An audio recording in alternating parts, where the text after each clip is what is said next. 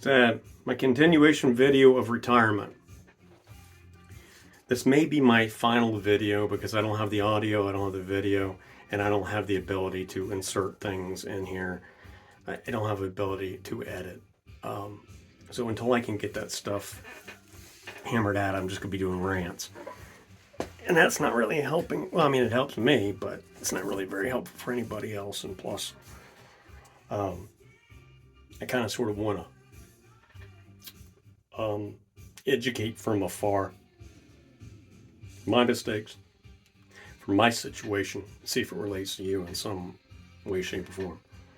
Unfortunately, when you don't have children, you don't have a legacy. I think I've mentioned this before. So this is my legacy. And while, my life doesn't hinge upon this, I would like to do as good a job as I possibly can. And therefore, I need some stuff. So I've come up with a chart here that you can't see, but I'll put up here anyway. This is if you retired age 62, 65, or 70. And if you don't have any money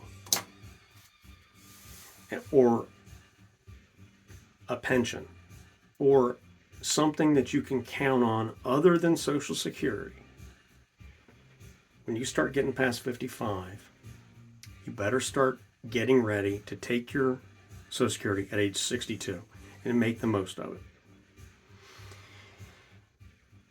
If you have money, then it's not really going to matter because you're probably living pretty large as is, and you'll wait until age 70 to take it.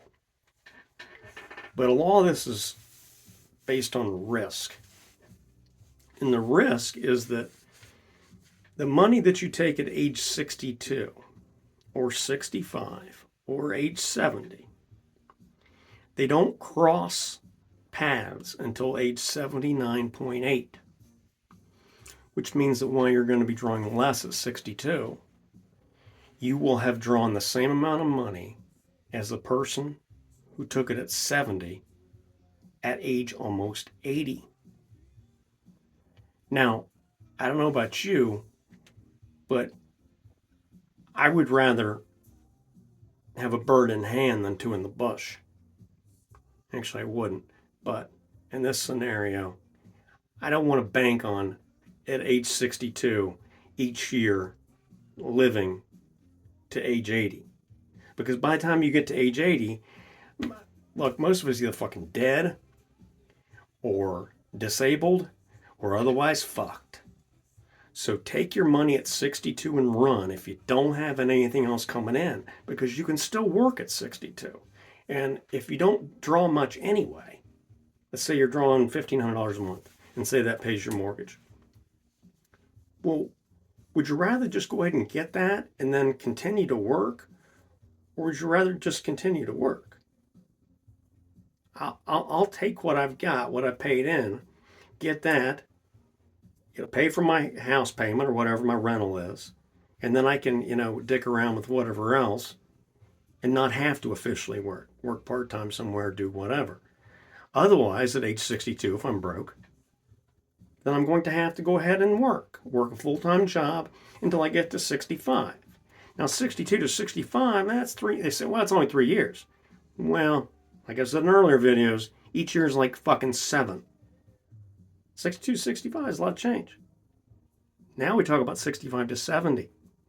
If you think at age 62 that you're going to 8 years later you're going to be able to work until you're 70 full time and then just get that extra amount and then you're going to live to 80, I mean, it's up to you. But I honestly think that it's important for people with no savings or very little to go ahead and take what they can at the youngest age which is available, use that money to live on. Hopefully you get enough. If you don't get enough, then you will have to work. But you're going to be working anyway, because you still, if whatever you get on your Social Security isn't enough and you have to work, then you're going to have to work the same amount to pay for what you get in Social Security plus whatever else you were missing to begin with. So I think it's important when you're thinking about retirement, or you get in, let's say you get into your late 50s like me, and you people start to panic because they don't have anything saved up. I'm like, well, that's okay, because because whatever you didn't do 30 years ago that you should do really doesn't matter. And as long as you have your health and you have some type of guaranteed income coming in at 62, then you might as well take it. Find something that you like to do on the side. Find something that you enjoy that you can make a buck here or there. Live small and try to be happy and try to enjoy the next 8 years of your life, because we all know that every day can be the last. None of this is guaranteed. So, the difference between taking your retirement at 62, 65, and 70 is that you have to live to be 80 years old before the graph meets. And then past 80, those who took it at 70 will continue to accrue more wealth on the right side. And then the folks who took it early will decline in comparison.